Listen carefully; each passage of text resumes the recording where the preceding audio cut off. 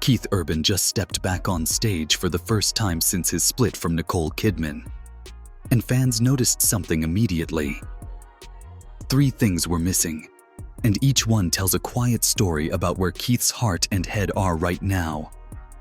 This wasn't just another show. This was his first public performance. Since the world learned that his 19-year marriage to Nicole Kidman was officially over. The crowd in Hershey, Pennsylvania came for music, but what they witnessed was something far more personal. Let's break down what really happened that night, what was missing, what it means, and why the media might be getting the story completely wrong. October 2nd, Hershey, Pennsylvania. Keith Urban walks onto the stage under a cool blue spotlight, guitar in hand, no ring on his finger. The crowd roars, but he looks focused, maybe even a little distant. He jumps right into his set, running through classics like Days Go By, Blue Ain't Your Color, and You Look Good in My Shirt. On the surface, it's business as usual, but to longtime fans, this show feels different. It's his first appearance since the divorce filing, and people are studying every detail, from his expression to the way he introduces each song. The night seems to say a lot about what's gone and what's left. The first clue comes from the setlist. According to Setlist FM, it looks almost identical to his recent shows, except for one song, The Fighter. For years, The Fighter has been Keith's on-stage anthem of devotion. He wrote it partly about Nicole Kidman, though it's officially a duet with Carrie Underwood. He's performed it hundreds of times, always with that same heartfelt grin. But not this time. The song was gone. Some fans thought he removed it because of an old rumor that surfaced months ago, a viral clip suggesting Keith was flirting on stage with his touring guitarist, Maggie Ball. In the video, he appears to gesture toward her during the lyric, "I'm gonna love you," and social media exploded with speculation.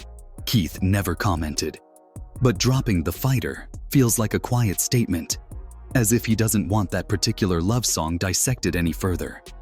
Now, about Maggie Ball. She's 25, a singer-songwriter from Florida who's been performing with Keith for about a year and a half.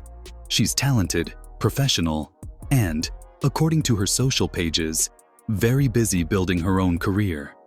People online twisted a small on-stage gesture into a headline. But if you look closer at the footage, Keith isn't declaring love. He's cueing her vocal line. It's the kind of handoff musicians make every night. When he says, "I'm gonna love you," his arm's already moving down as she begins to sing. It's choreography, not chemistry.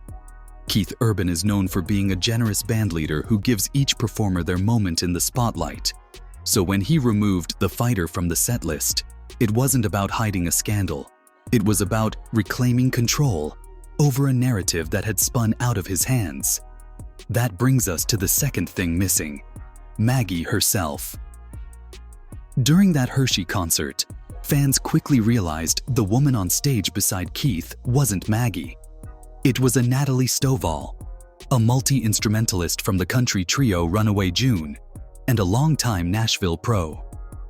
Natalie has filled in for Maggie before, and she brings the same energy to Keith's shows. But this time, her presence stood out because fans were expecting to see the woman who had been the subject of so many online rumors. Instead, Maggie was somewhere else, playing her own shows, posting clips from smaller venues, and steering clear of the noise. Her absence wasn't suspicious. It was simply scheduling. But in the age of social media, every change becomes a clue, and Keith's concert was treated like a mystery to solve.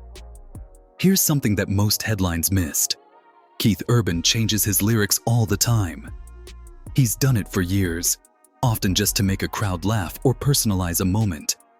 Back in 2017, during an awards show, he even changed a lyric to "I'll Be Your Fighter, Carrie Underwood," when she joined him on stage. No one called that a love confession. It was just good showmanship. This is part of what makes Keith such a great live performer. He keeps his shows fluid. No two nights ever sound exactly the same.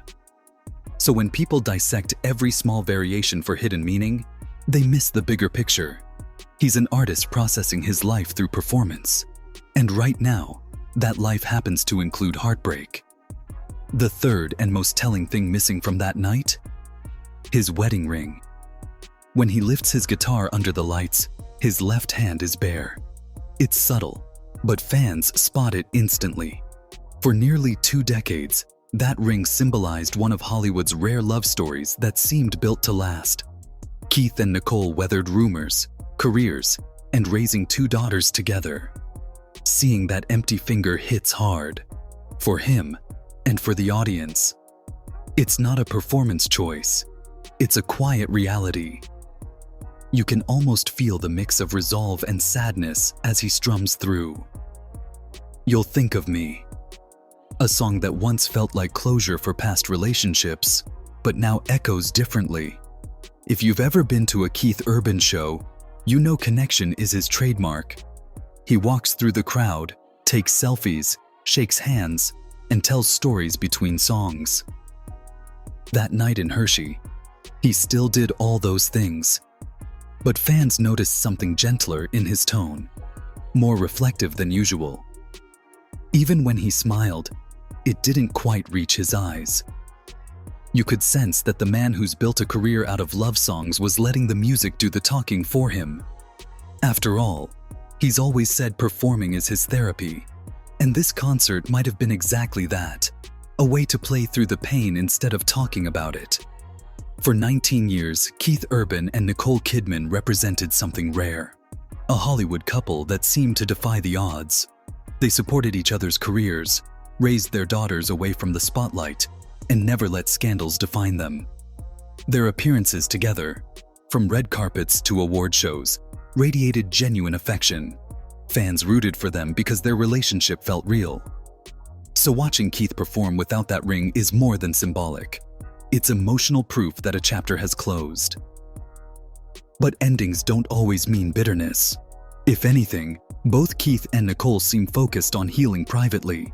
She's working non-stop on new series like Lioness and Discretion, while he's finishing his tour before what insiders say could be a creative break. Here's the part the media often gets wrong. Not every silence hides a scandal. Sometimes people just step back, breathe, and move on quietly. Keith Urban's first show after his divorce wasn't filled with hidden messages or secret lovers. It was filled with the same music that's defined his life for decades. The difference is that now, every lyric lands with a bit more weight. Every pause feels personal. Maybe that's why fans felt something powerful that night, even if they couldn't put it into words. Keith's tour continues through mid-October, wrapping up in Nashville, the city where his story with Nicole began. Will he bring the fighter back someday? Probably.